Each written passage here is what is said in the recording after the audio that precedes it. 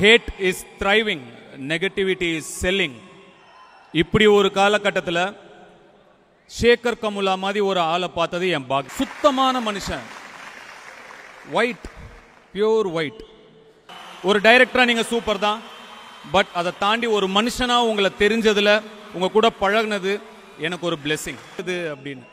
இங்க அவ்வளோ போட்டி, அவ்வளோ பொறாம, அவன் நல்லா இருக்க கூடாது, இவன் நல்லா இருக்க கூடாது. முன்னாடிலாம் நம்ம பெரிய ஆளாகணும்னு உழைப்போம், நம்ம நல்ல பேர் சம்பாதிக்கணும்னு உழைப்போம். இப்பெல்லாம் அடுத்தவன் உழைப்பை எப்படி கெடுக்கிறது, அடுத்தவன் பேரை எப்படி கெடுக்கிறதுன்னு தான் எல்லாரும் உழைக்கிறாங்க.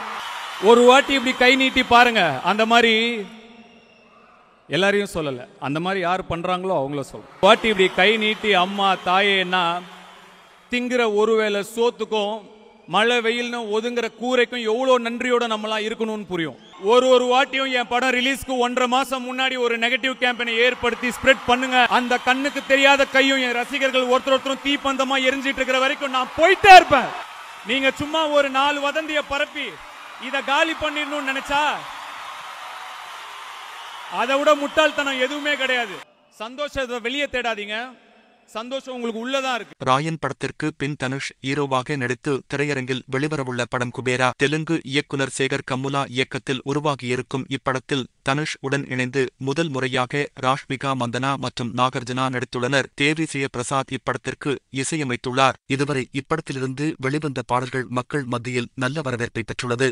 வருகிற ஜூன் 20ஆம் தேதி வெளிவரவிருக்கும் குபேரா திரைப்படத்தை திரையில் காண தனுஷ் ரசிகர்கள் அனைவரும் ஆவலுடன் காத்துக் கொண்டு இருக்கின்றனர். குபேரா திரைப்படத்தின் ப்ரீ புக்கிங் கடந்த சில நாட்களுக்கு முன்பே துவங்கியது. இந்நிலையில் ப்ரீ புக்கிங்கில் குபேரா படம் உலகளவில் இதுவரை ப்ரீ புக்கிங்கில் மட்டுமே ரூபாய் 1 கோடிக்கும் மேல் வசூல் செய்துள்ளது.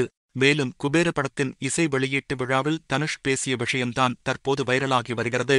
அதில் அவர் பேசியிருப்பது நயன்தாரா குறித்து தான் என்றும் ஏற்கனவே இவர்களுக்கு இடையே பல பிரச்சனை ஓடிக்கொண்டு இருக்கு. இந்நிலையில் தனுஷ் கையை நீட்டி எடுத்து பார்த்தால் தெரியும் என்று குறிப்பிட்டு இருப்பதும் நயன்தாராவை தான் தனுஷ் மறைமுகமாக தாக்கியுள்ளதாக இணையவாசிகள் கருத்து தெரிவித்து வருகின்றனர்.